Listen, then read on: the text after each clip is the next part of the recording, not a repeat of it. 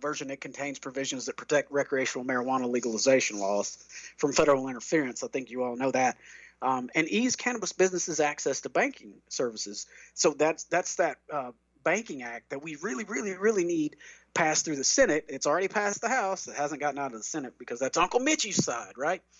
Who knows? Maybe we'll be able to get things done in 21. I'm hoping so. But in fiscal year 2021, which has already begun on October 1st, the government's been relying on continuing resolutions, or CRs, to keep their program and agencies funded.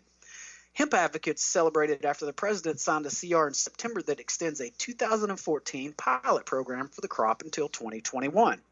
That was initially set to expire this October. The current CR in place, the continuing resolution, it actually is going to end on December the 11th. So as you all listen to this, I'm thinking this is going to be at the end of December. Hopefully our country's still running and we got the new package passed, because if we don't, there's going to be another damn federal shutdown. Can you guys believe that? Here we are with a new administration coming in. The senators that have not been elected for the 21 cycle that are still the elected senators for 2020.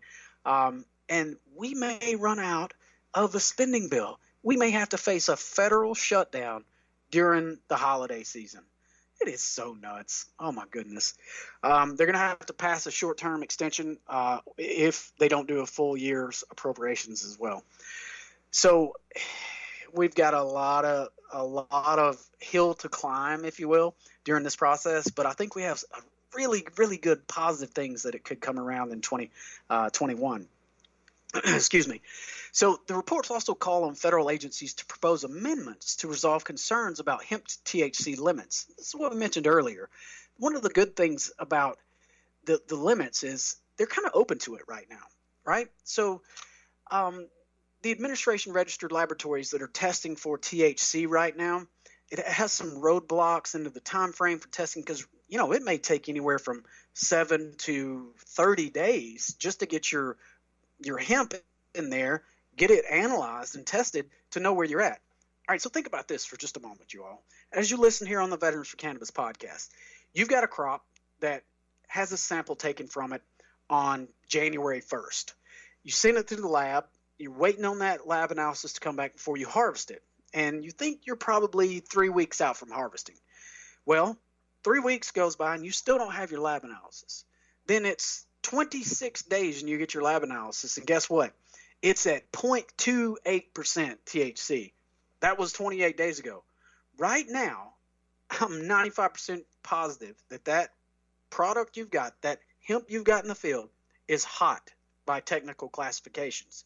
So what we've done is submit all these guidelines, and you all, the listeners, did that, is submit those guidelines and say, hey, give us more time, or give the labs the ability to turn that around in a quicker fashion. Because right now what happens is during the harvest season, you may be running 2 to 3 weeks, 4 weeks per sample.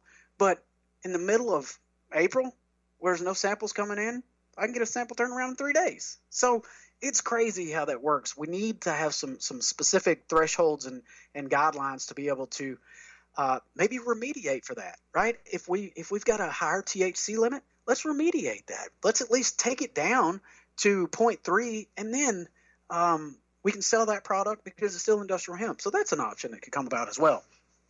There's a hemp cultivation and sustainability that could come about in 21.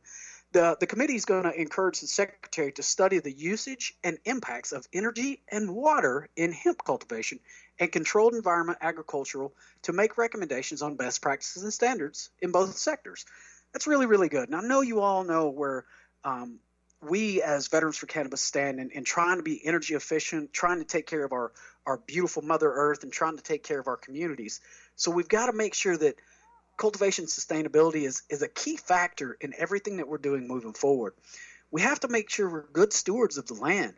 And you all know, unfortunately, our cannabis industry has come from the black market where there ain't no rules.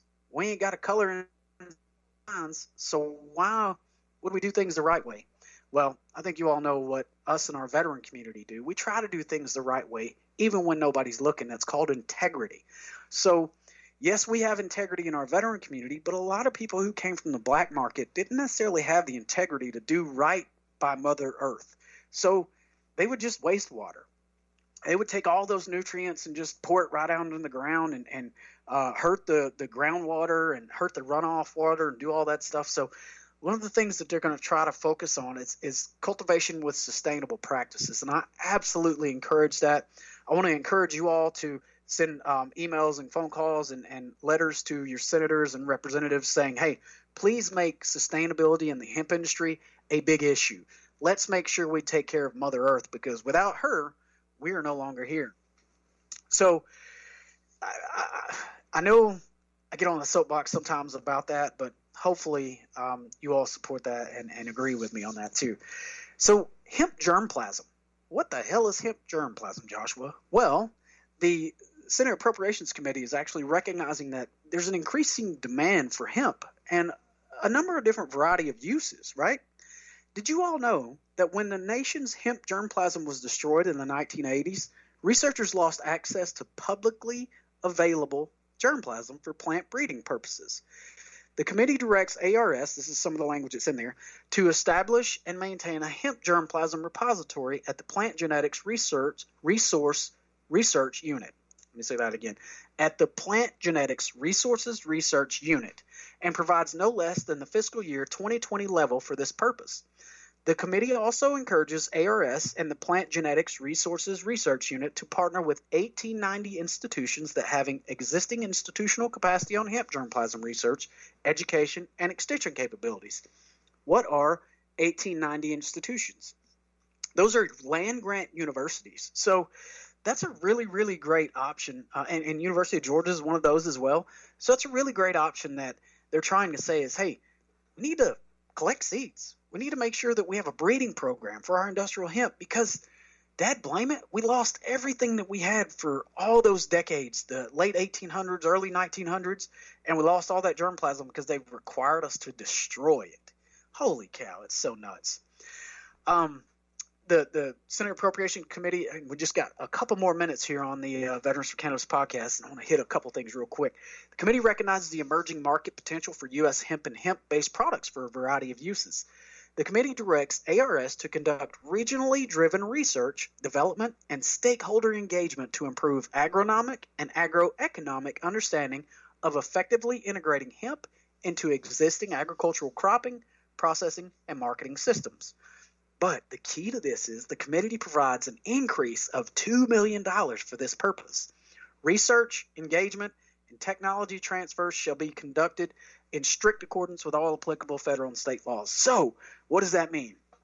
Well, that means earlier we mentioned a $5 million opportunity funding, right? Now we're talking about another $2 million that may be available and could be appropriated for research. So that's a huge deal. And the last thing I want to touch on before we move on to the end of this podcast and going into 2021 as cannabis and cannabis derivatives. As previously noted, the committee provides $5 million to support regulatory activities, including developing policy and for the FDA to continue to perform its existing regulatory responses. So within 90 days of enactment of this act, the FDA shall issue a policy of enforcement discretion with regard to certain products containing CBD meeting the definition of hemp as defined in Section 297A. So what does that mean? That means for all of us, they're hopefully going to put out some good new guidelines on CBD and how we should operate. The committee also provides a net increase of $38 million for cross-cutting medical product and food safety activities requested in the budget. Included in this funding is $5 million for cannabis and cannabis derivatives. So we're really moving forward in 2021. I think it's going to be the year of cannabis. I think we're really going to be here to make it happen and take care of our base. We're going to be able to take care of the patients first and foremost. And second, we're going to be able to encourage entrepreneurship and small business opportunities in the hemp and cannabis industry. We want you all to get involved. Do you want to get involved? If you want to get involved, contact us on Twitter at VF Cannabis, on Facebook, hashtag VFCUSA. Search us, reach us, talk to us. Let's get you involved. We have genetics. We have the opportunities. We have the know-how. We have the wherewithal. We can help you all get into the hemp industry and, who knows, maybe get into the cannabis industry in the future. But listen, this is Joshua Littrell. I'm closing out 2020, kissing COVID right in the ass, saying get the hell on out. Get me on into 2021, right? Thank you all so much for joining us here on the Veterans for Cannabis podcast in 2020. It's been a very interesting year. I appreciate you all tuning in, and stay tuned for 2021. We'll catch you all next time. Line over there, send the word over there, that the Yanks are coming, the drums coming everywhere, so prepare, say a prayer, send the word to beware, we'll be over, we're coming over, and we won't come back till it's over there.